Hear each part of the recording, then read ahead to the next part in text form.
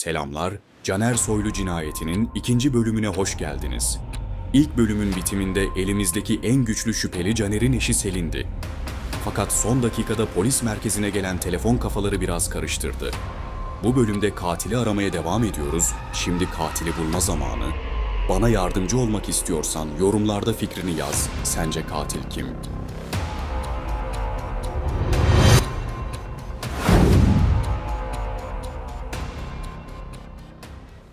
İlk bölümün bitişinde polis karakoluna gelen bir telefondan bahsetmiştik.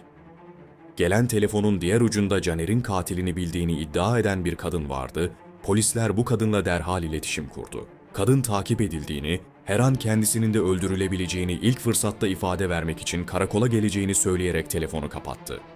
Polisler sorguda Selin'i köşeye sıkıştırmaya, ağzından itiraf almaya kararlıydı. Niye 2 gün önce İstanbul'a döndüğü halde olay günü dönmüş gibi ifade verdiğini sordular. Selin artık itiraf etmek zorunda kaldı. Gizli bir ilişkisi olduğunu, o 2 günü onunla birlikte geçirdiğini itiraf etti. Olaydan 1 gün önce eve gidip biraz durup çıkmasını ise eve temiz kıyafetinin kalmadığını, birkaç parça kıyafet almak için gittiğini söyledi. Doğruydu. Olay günü Selin'in erkek arkadaşıyla birlikte olduğunu kanıtlayan kamera görüntüleri vardı. Katil Selin değildi. Polis bu kez merkeze gelen telefon üzerine yoğunlaştı. Telefon eden kadın gelip ifade vereceğini söylemişti fakat gelen giden olmadı. Bu esnada polis karakoluna bir cinayet ihbarı geldi. Polisler olay yerine gittiğinde bir kadın cesediyle karşılaştı. Yapılan otopside kadının boğazı sıkılarak, boğularak öldürüldüğü anlaşıldı. Kadının olay yerinde bulunan telefonu incelemeye alındı ve evet bu o kadın gelip Caner'in katiliyle ilgili ifade verecek olan kadın öldürülmüştü. Peki neden? Telefonda bir video tespit edildi. Kadın ölmeden önce bir video çekmiş ve Caner'in katilinin kocası olduğunu itiraf etmişti. Kocası kimdi peki? Caner'in ortağı Faruk. Faruk ve Caner birlikte çalışan 2 yakın arkadaş, 2 ortak. Polis bu kez Faruk'un peşine düşmüştü. Fakat Faruk'tan ne ses var ne seda, ortada 2 ceset vardı ama katil yoktu. Polis ekipleri için artık hedef belliydi, Faruk. Ortağını sofistike bir kimyasal tuzakla, karısını ise elleriyle boğarak öldüren soğukkanlı bir katil profili vardı karşımızda. Ekipler, Faruk'un telefon sinyalini en son Beykoz taraflarındaki ormanlık bir arazide tespit etti. Operasyon için düğmeye basıldığında saatler gece yarısını gösteriyordu. Orman yolunun sonunda terk edilmiş bir bağ evi bulundu.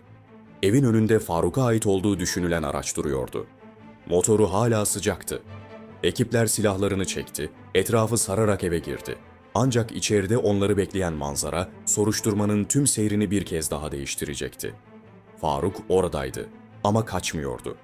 Salondaki eski bir koltukta oturmuş, elinde bir silah, masanın üzerinde duran bir dosyaya bakıyordu. Polisleri görünce direnmedi. Gözlerinde korkudan ziyade derin bir hayal kırıklığı ve öfke vardı. Teslim olurken dudaklarından dökülen ilk cümle polisleri şaşkına çevirdi. "Beni karımı öldürmekle suçlayacaksınız biliyorum. Ama ben yapmadım." Faruk sorguya alındı. Sorguda karısının telefonundan çıkan videoyu izlettiler. "O videodaki kadın benim karım değil. O sadece bir maske." Faruk'un bu iddiası ilk başta akli dengesini yitirmiş birinin sayıklaması gibi göründü.